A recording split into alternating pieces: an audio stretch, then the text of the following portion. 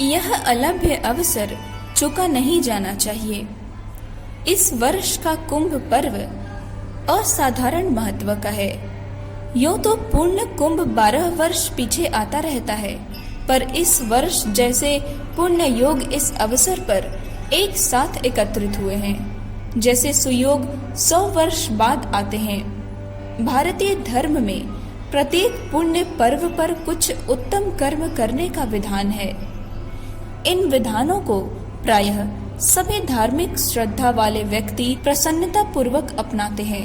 हमें पता है कि इस कुंभ पर्व पर अनेकों आध्यात्मिक आत्माएं अनेक प्रकार के साधन, तप, दान आदि के आयोजन कर रहे हैं। उचित अवसर पर किया हुआ थोड़ा कार्य भी साधारण अवसर की अपेक्षा कहीं अधिक फलप्रद होता है।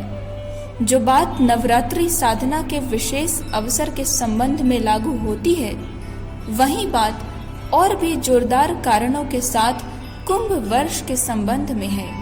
अनेक पर्वों पर अनेक प्रकार के शुभ कार्य भिन्न भिन्न रीति से किए जाते हैं। कुंभ पर्व का प्रधान पुण्य ज्ञान दान है। त्रिवेणी तट पर दूर दूर से लोग केवल इसी उद्देश्य से आते हैं।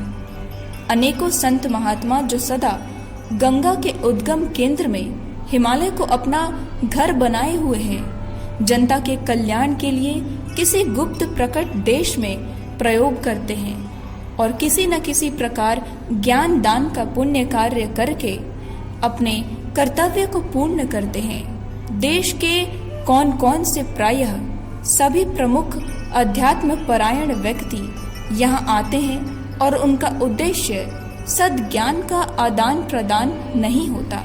यूं त्रिवेणी स्नान भी होता ही है, पर कुंभ का मूल हेतु स्नान नहीं, ज्ञान दान है। जिस प्रकार सोमवती अमावस्या को ग्रहण के दिन प्रायः सभी धार्मिक मनुष्य स्नान करते हैं, रोग आदि विशेष स्थितियों को छोड़कर ऐसे अवसरों का स्नान आवश्यक मानते हैं, उसी प्रकार कुंभ पर्व पर आत्मा को कल्याण मार्ग पर अग्रसर करने वाले ज्ञान का आदान प्रदान करना भी आवश्यक माना जाता है।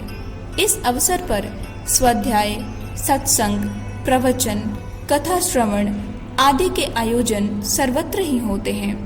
लोग अपनी अपनी आर्थिक स्थिति के अनुकूल कुछ न कुछ दान पुण्य भी करते हैं। मानसिक दृष्टि से घोर कृपणों को छोड़कर निर्धन से निर्धन व्यक्ति भी कुछ न कुछ अवश्य ही देते हैं। कुछ देने से, त्याग करने से ही आत्मा का उत्कर्ष होता है।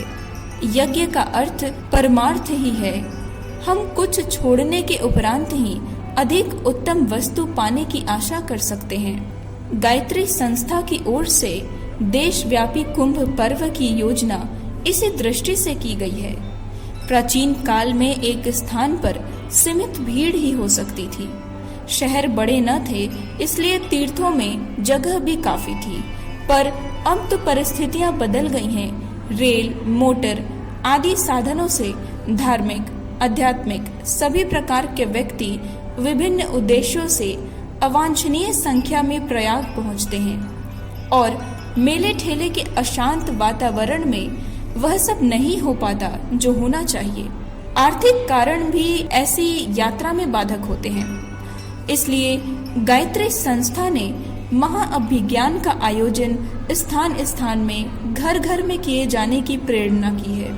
हर्ष की बात है कि प्रायः सभी निष्ठावान सदस्यों ने अपने अपने स्थानों पर अपनी स्थिति के अनुसार ज्ञान प्रसार के आयोजन किए हैं।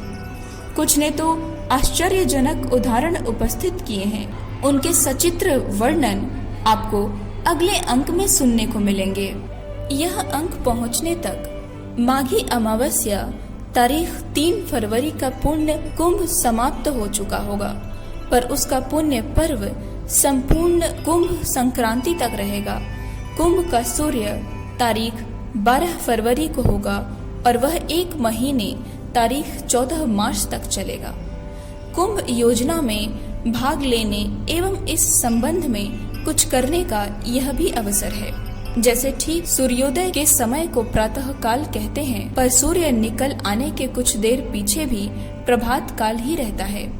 उसी प्रकार तारीख 3 फरवरी को कुंभ पर्व होने पर भी उसका पुण्य काल संपूर्ण कुंभ संक्रांति तक रहेगा। इस अवधि में हमारे परिवार के सभी सदस्यों को किसी न किसी रूप में ज्ञान दान का शुभ कृत्य करके अक्षय पुण्य का संचय करना चाहिए। दानों में ज्ञान दान सर्वश्रेष्ठ है।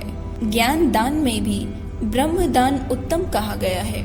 गायत्री ज्ञान का दान करना एक बहुत बड़ा शुभ कर्म है, जिसकी तुलना साधारण शुभ कर्म, व्रत, जप, स्नान आदि से नहीं हो सकती।